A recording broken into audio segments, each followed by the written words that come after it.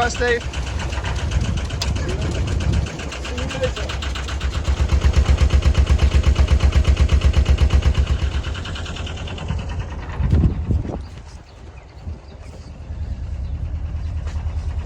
Come here, you naughty.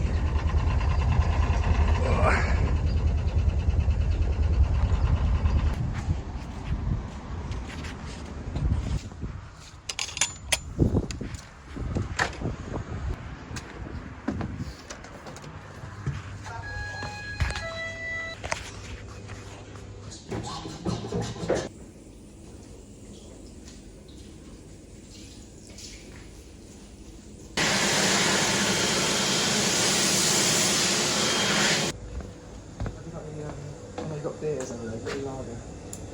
Possibly in the fridge now. Perfect. Thank you.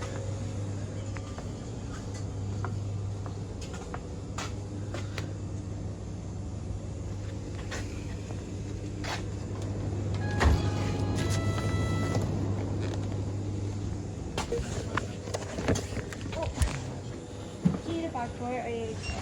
I'm alright, just carrying it out to the boat. 11.99.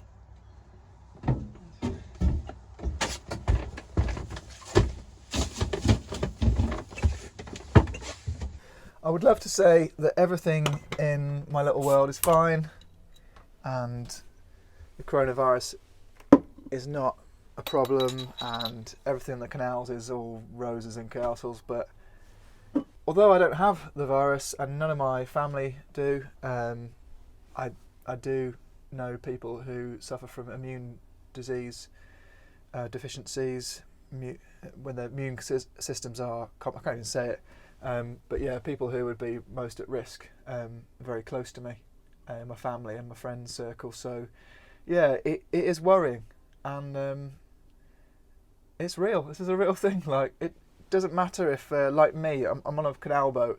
You know, I'm not coming into contact with anyone. I can easily self-isolate because it's quite it's quite lonely, solitary existence anyway. So, you know, I could say it doesn't affect me, couldn't I? But it does. It does everything I around me. People that are most dear to me. But anyway, you know, I hope if you're watching this that you are okay, you're well, and you're not having to self-isolate. Although a lot of people are. A lot of you over the age of 70 or whatever probably quite worried right now, and I would be. I'd be pissed off if I was you, being told you've got to stay in for up to 4 months. I think the suggestion was, but it's just mad, isn't it? Anyway, showing a bit of solidarity for my favourite lager, but it's sobering, isn't it? All this, it's absolutely crazy. I've never seen anything like this. I think I was thinking back to November when my Canal Boat Diaries series came out. I was ill for about 2 weeks, and could that have been coronavirus? I'm not sure. I've no idea, but I was absolutely not very well. But yeah, but as you can see, life on the boat is just as normal. I mean, I've obviously stocked up with food. Let's show you my food situation. I've got a bucket load of everything from noodles to rice to pasta, all that sort of stuff. Even these, I'm quite addicted to these at the moment, corn cracker thingies. Oat cakes, got the oat cakes in there. That's a terrible accent. And this is all my food in here. So I've got a lot of, let's just get the camera in there, I've got a lot of tin stuff and, you know, soups and that, flour. And then, like, you know, the more perishable stuff, vegetables, and they'll keep quite well in there. And then I've also got all these, which I will be putting into the fridge. And the fridge, well, there's hardly anything in it at the moment, but I'm going to go into a shop and get some nice stuff tomorrow. I've got buttermilk in there, that's for making bread. Parmesan there. And that's about it. But the boat's looking, I think one thing that I'm doing now that I've perhaps not been so hot on is general cleanliness and hygiene. So a lot of, yeah, just being tidy, and apart from all the washing up I've got to do here, just keeping everything, wiped over. I've got, let me show you, this might interest you. I made up my own solution for cleaning. This is alcohol, isopropyl alcohol. And I've just chucked it in a bottle with some essential oils like tea tree and lemongrass. And then just like spraying it down and wiping anything that I think, it's just, I feel like, oh yeah, it's paranoia, worrying about things just because it's on the news, but it's just a habit we've got to get into, I suppose, especially if I'm currently in a relationship with a girl who's got a 2.5-year-old, and I'd quite like to see them again. At the moment I can't because of public transport. It's too much of a risk, and I just don't want to sort of put them in danger at all. I haven't got a car. If I had a car, it'd be a lot easier to go and see them. But so I'm trying to keep on top of cleanliness and tidiness, and it's just, and washing my hands obviously, but also washing. So I'm filming on an iPhone, and just washing that is something that perhaps hadn't thought about. But every day I'm doing it now. The case, and the screen, give it a wipe over with some alcohol on a rag or something, and trying to be good about it. It's difficult, isn't it? Because I'm on my own. So who am I going to infect? Like who? I'm not going to come in contact with. Well, I do come into contact with quite a lot of people, and I'm headed into towards a city at the moment, which there's more people there, and this is mad, isn't it? I want to talk about supermarkets. You go to a supermarket, and it's just there's loads of people all milling around, obviously stocking up, but also isn't that like what we're trying to ban at the moment? Hundreds of people in the same confined space, in queues and everything. But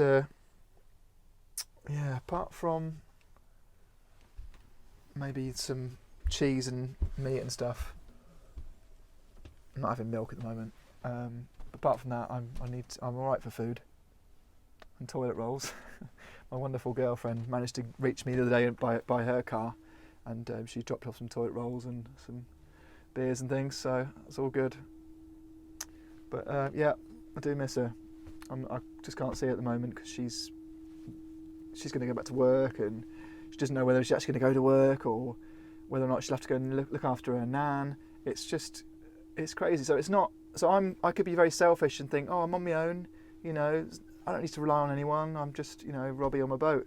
But there's a lot of people around me who have different lives that I have to think of as well. So I think if anything to take away from this coronavirus pandemic is think about others. It might not affect you, but it could affect other people that you've got to think about and support. And I hate to think of this, but it might be good for us youngsters. I'm 37, so I'm not that young, but for younger people to realise that, you're going to have to look after your elders, especially if they do bring about this, which they probably will do, won't they? Bring about this self-isolation, and obviously anyone who's ill and they're self-isolating, they're going to need help. They're going to need help. So hopefully we can all help each other. And it certainly doesn't stop canal boats. There's another one going past. So I suppose like one of the best holidays would be obviously on a narrowboat at the moment, wouldn't it? Because all the flights are getting cancelled. As far as narrowboat's concerned, still floating.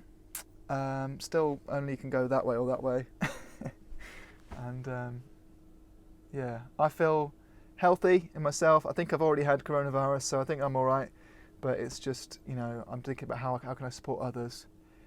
A tweet that I put out recently was really well received, and it's great because, just people seem to agree with what I was saying about trying to support those that might need it most. And there's a lot of people on the canals who could probably do that anyway, do with some help anyway. So, just I think the only way I can is just retweet. That's the only help I can give is like retweeting.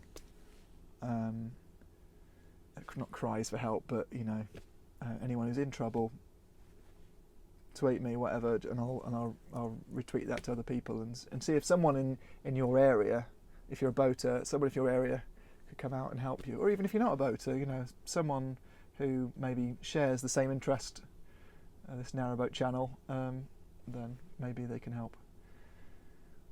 Anyway, stay healthy, and I will catch up with you on the next video. And hopefully, well, definitely the next one will be more upbeat and you'll just see some classic cruising. But I've not forgotten about what's going on right now. It is real, it is happening, and yeah, we'll get through it. Alright, cheers, bye bye. Oh, where's my beer?